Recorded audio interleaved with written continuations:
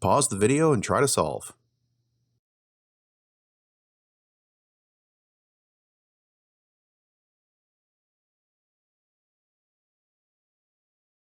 If you're allowed to use a calculator, use it. That's the easiest and one of the fastest ways to handle a problem like this. Plug in 5.8282828282 minus 4.3535353535 into the calculator and you'll get 1.4747474747, which is the calculator telling you the answer is 1.47 with the 47 repeating. So the answer is A.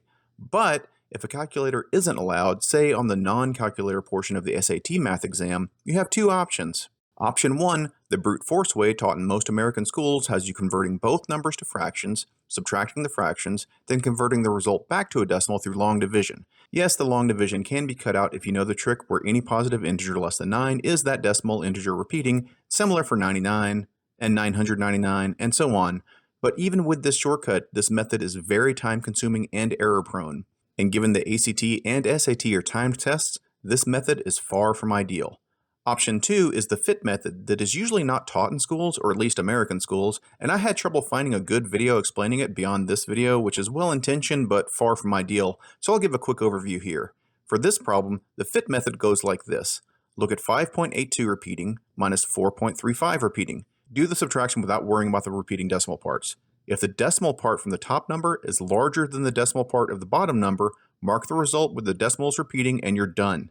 However, if this were not the case and the bottom decimal part is greater than the top decimal part, you still do the subtraction, but since we have to borrow from the integer portion during the subtraction, we must subtract a FIT of 0.001, which is the same number of digits as the repeating decimal.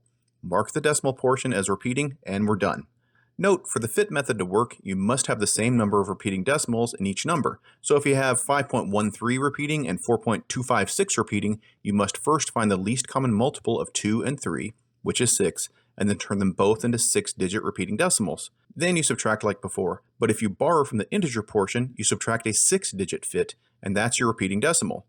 For adding repeating decimals, it's similar except you add a FIT if the two decimal portions add to a number greater than or equal to 1, because you would have to carry into the integer position left of the decimal point. But all that said, a question like this is unlikely to appear on the exam, and if it does, you would most likely be able to use your calculator, and if not, there would almost certainly be only one such question. So you'd be the judge if it's worth your time to learn and study the FIT method. Either way, let me know what you decide in the comments below. Cheers!